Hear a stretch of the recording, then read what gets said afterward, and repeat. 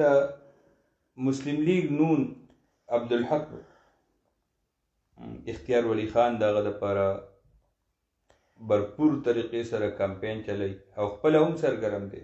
اختیار ولی چې دی نو هغه خپل رور د فرار ځای ته ځي او هغې کې دا خوبي ده چې یو څو ورځې وکړو تو کار نه میټینګونه نه ورسره وتي غټې جلسې ته چې ته مې چې اختیار ولی عبدالحق کوم ته د ورور هم د تحصیل امیدوار هم د پاکستان مسلم لیګ نون کم ځای کې جلسه کې ډېر درنه جلسه کوي او اختیار ولی چې کوم ټول تنقید وي نو په پرهیز خټک باندې وي هغې چې ګوته نیسي نو پرهیز خټک ته نیسي هغې چېرې کم نوخار ضلعي کوم مسایل ذمہدار دی نه پرهیز خټک دی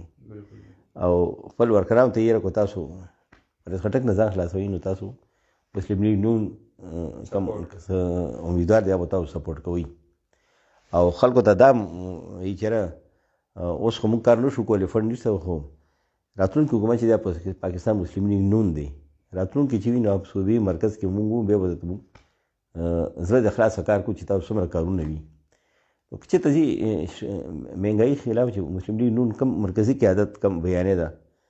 هغه ملک کې سیوا خوښېږي مریم نواز بیانیه ټوله د مسایلو باندې د مهنګایي باندې ده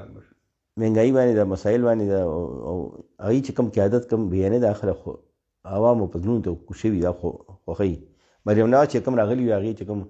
مهنګایي خلاف خبرې کولې کم خلک متحرک وو نو هغې ووټ بینک دومره سیوا کو مسلم لیګ نون ته چې پی کې 63 کې اسانۍ سره اختیار ولی سیټو ګټواله نور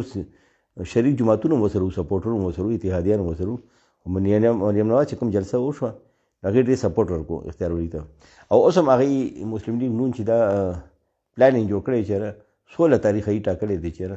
مریم نواز دی به موږ راولو او په جی ټو روډ باندې یو مقام امانګل خواوشا علاقو کې